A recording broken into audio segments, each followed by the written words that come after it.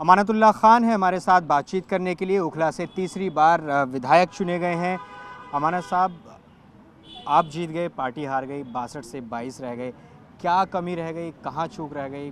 और अभी आप अरविंद केजरीवाल से मुलाकात आपने की है, तो क्या रहा? देखिए, मैं अपने इलाके के लोगों को, ओखला की आवाम को शुक्रिया अदा करूंगा कि उन्होंने मुझे साथ दिया और मैं बहुत कंफर्टेबली जीत गया। दूसरा, बहुत अफसोस और दुख है कि हमारे नेता भी हार गए और पार्टी सरकार भी नहीं रही यहाँ पर, तो उसका दुख भी है, अफसोस भी है। एक थ्योरी और जो गणित सामने निकल कर आ रहा है वो ये है कि कांग्रेस की वजह से बहुत बड़ा नुकसान आपका हुआ। लोकसभा में आपका गठबंधन था, विधानसभा में नहीं हो पाया। क्या आपको लगता है कि दिल्ली में अगर गठबंधन हो जाता तो ये परिस्थिति बदल सकती थी? खुलकर आप राय रखते हैं, इस मुद्दे पर क्या राय है आपकी? अब देखिए, मेरी विधानसभा है। हाँ। मेरी विधानसभा में कांग्रेस के कैंडिडेट खड़े थे, लेकिन कांग्रेस के और लीडर हैं, वो किसको चुनाव लड़ा रहे थे? पतंग को। तो कांग्रेस के जो लोग हैं, कांग्रेस ही हमें चुनाव हराने के लिए चुनाव लड़ रहे थे। आम आदमी पार्टी को हराने के लिए चुनाव लड़ रहे थे। वो अपने आप को जिताने के लिए लड़ ही नहीं रहे थे। अगर वो अपने आप को जिताने के लिए लड़ते तो समझ में भी आता, लेकिन वो हमें हराकर कहीं ना कहीं बीजेपी को मजबूती तो कर रहे हैं। वो जब इंडिया गठबंधन के तमाम ब्लॉक्स हैं, तमाम गठबंधन के लोग हैं, वो सब उनका ये कहना है कि जो जहाँ मजबूत है उसको चुनाव लड़ाया जाए। तो अगर दिल्ली में हम मजबूत हैं, वो तो दिख भी रहा है, वोट परसेंटेज से भी दिख रहा है, सब जगह दिख रहा है। तो हमें हराने के लिए चुनाव अगर वो नहीं लड़ते तो शायद आज कुछ हो। आपसे बात करें और एमआईएम पर रिएक्शन ना लें, बेईमानी होगी। एमआईएम 2 सीटों पर लड़ी और दोनों फंसती हुई नजर आई। मुस्तफाबाद तो हार ही गए एमआईएम की वजह से, लेकिन आपकी सीट पर भी स्थिति काफ़ी ज़्यादा वोट एमआईएम ने वहाँ पर हासिल किए। एमआईएम के बारे में क्या कहना चाहेंगे? और आपने बड़ा सख्त लहजे में असदुद्दीन ओवैसी को घेरा था चुनाव कैंपेनिंग के दौरान, आपने कहा कि बाद में उनको देखेंगे।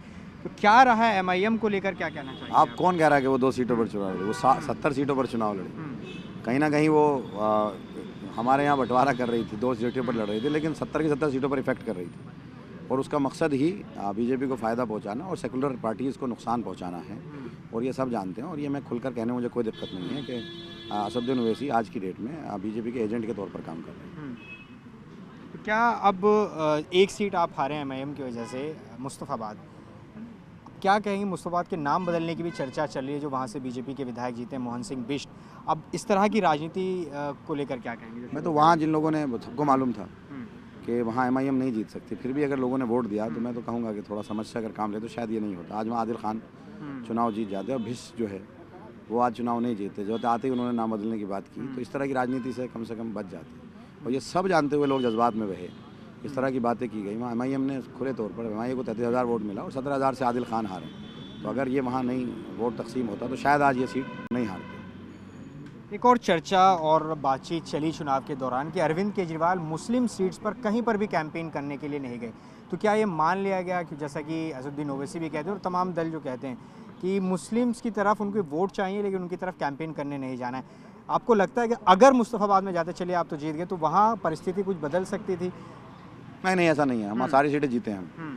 हम सब सीट जीते हैं। मुस्तफाबाद हम बल्ली मारान जीते हैं, ओखला जीते हैं, हम सीलमपुर जीते हैं, हम चांदनी चौक भी जीते हैं, हम मटिया महल जीते हैं, हम जो है बाबरपुर भी जीते हैं, हम सीमापुरी भी जीते हैं। जहाँ हमारा मुस्लिम वोट ज़्यादा है वहाँ सब हम जीते हैं। ये सब बेकार की बात है कि हम ऐसा हो जाता है, ऐसा कुछ नहीं है। कुछ सीट्स हारे भी हैं। जंगपुरा से हार गए मनीष सिसोदिया, वहाँ फरहाद सूरी थे। मालवीय नगर में भी कुछ पॉकेट्स हैं, वहाँ पर भी मुस्लिम वोट बंटने की बात आ रही है। तो उसको लेकर कहीं स्प्लिट भी हुआ है वोट?